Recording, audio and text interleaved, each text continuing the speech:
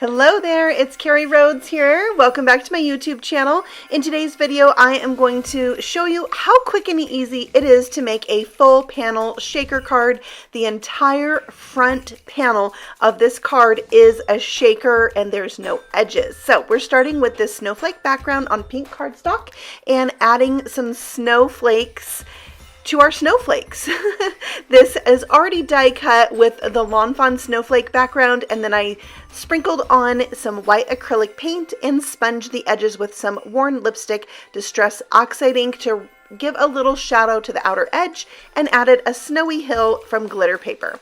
I am stamping out this penguin from the Penguin Stamp Set by Inky Stamper, and I did that with some Fade Out ink by Ink on 3 so I could do no line coloring. I am using several shades of gray, starting with N9 and then bringing in N7, N5, N3, N1, and I even did N0 for the tummy on this penguin. I'm going to show you just a little bit of the coloring. I repeat this process several times. The first version always is kind of just laying out those colors and figuring out where I want them to be and being a little bit conservative. Once I figure out how I want it to look, then I did go back and go over this another time to darken out the lines. And I like starting a little bit safe and then adding in more shadow as I go. But no line coloring is not as scary as it first seems to be, and you know, it's just ink and paper, so if you're not enjoying it or you're not having fun, then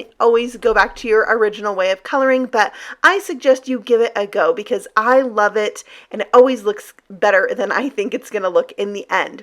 I die cut out my images with the coordinating die set, and then I'm gluing the igloo on the inside of the card, and we're going to save the rest for the outside. I'm adding some double stick tape to 3 sides of that panel to create my shaker, and you can see I have a bit of cellophane there. It's like packaging that comes around cardstock, scrapbook paper, stamp sets, things like that. It's not a window sheet, it's more flexible.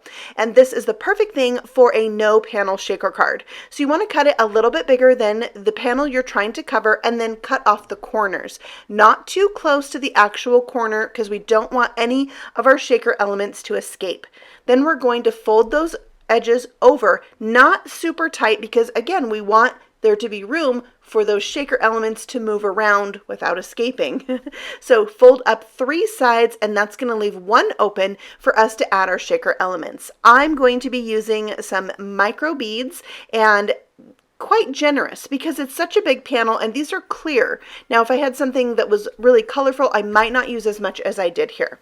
Then we just bring back the double stick tape to close up the top panel, and we have a full panel shaker. These are so cool and so easy to make, and once you start keeping your eye out for cellophane on things that you receive in packages, you're going to collect a lot and want to make these cards over and over because they are so fun and so easy to do.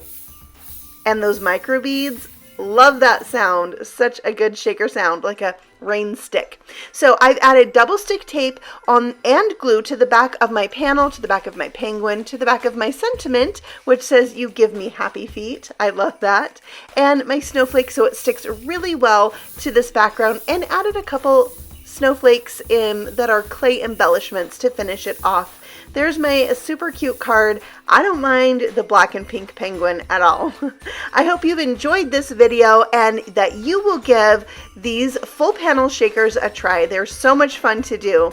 Thank you so much for watching. I will have the supplies linked for you below, and if you're new here, feel free to subscribe. I have new videos all the time, and I'll see you on the next one. Happy stamping! Bye!